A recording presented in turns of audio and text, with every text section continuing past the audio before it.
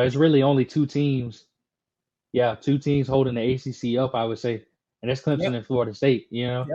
You can make the argument that there's other teams. Historically, Miami obviously used to be good. Georgia Tech used to have solid teams back in the day. You know what I'm saying? Across all sports too. You know what I'm saying? Yeah.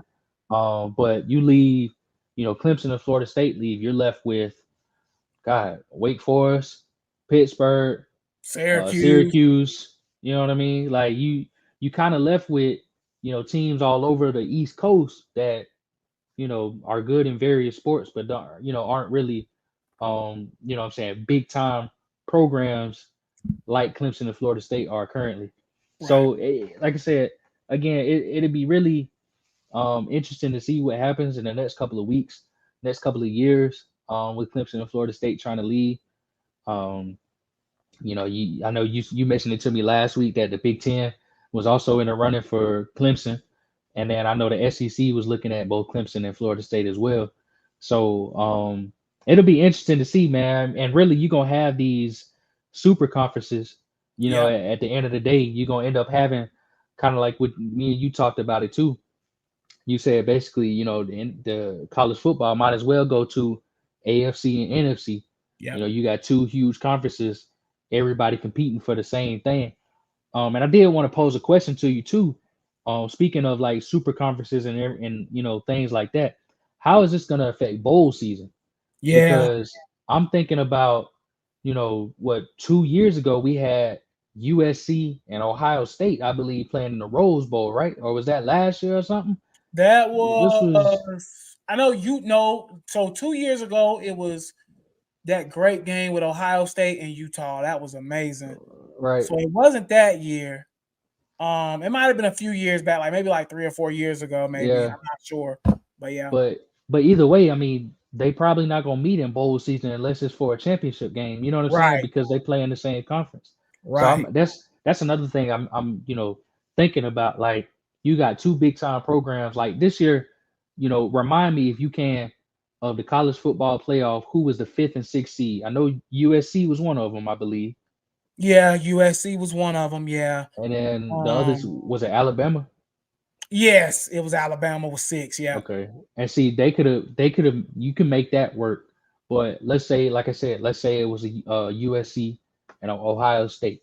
Let's Yeah. say it was, um, let's say it was I'm trying to think of another team that just, let's say for some reason it's Alabama and a Texas, right? Now, Yeah. because they just joined the same, because they in the same conference now. How do you schedule that? Because let's say they played each other in the regular season. Are you gonna have them rematch in a bowl game? Which it can be cool, you know what I'm saying? But are you gonna have them rematch? Because I feel like you're gonna see a lot of either rematches or inter-conference play in bowl season, in the postseason. And Right. so, my question to you really is, how is this gonna affect bowl season? How is this gonna affect conference championships? And how is this gonna affect the national championship, the college football playoff? So let me answer all those questions. So first things first, and they're already talking about it. What's going to happen is we're not going to have a 12 team playoff. It's going to be more like 16 or 18. So Hmm. that off rip is going to happen. Now, what they'll probably end up doing is incorporating those bowl games into playoff games. So, for example, the Peach Bowl, that's never really been considered a playoff game. If it expands to 16 or 18 teams, that will absolutely be a playoff game. That's what will happen. These bowl games will become playoff games, pretty much, essentially. As far as teams playing each other back to back or playing each other twice in one season, that is absolutely going to happen. I don't think there's no way to really avoid that, especially if we're going to two major conferences or two and a half, because some people say the Big 12 might can make a little noise. If we're going to that type of system, then yeah, there are going to be some rematches. There are going to be some USC, Ohio State's playing twice a year, maybe even 3 times a year. If they decide to get rid of divisions or whatever the case may be. So that's going to happen. We're going to see teams playing each other 2 or 3 times a year, just like we do in the NFL. We're going to see that. I think that's really kind of where it's heading. As far as the national championship, I think now, and we were talking about this a little bit yesterday, there's going to be no more undefeated teams.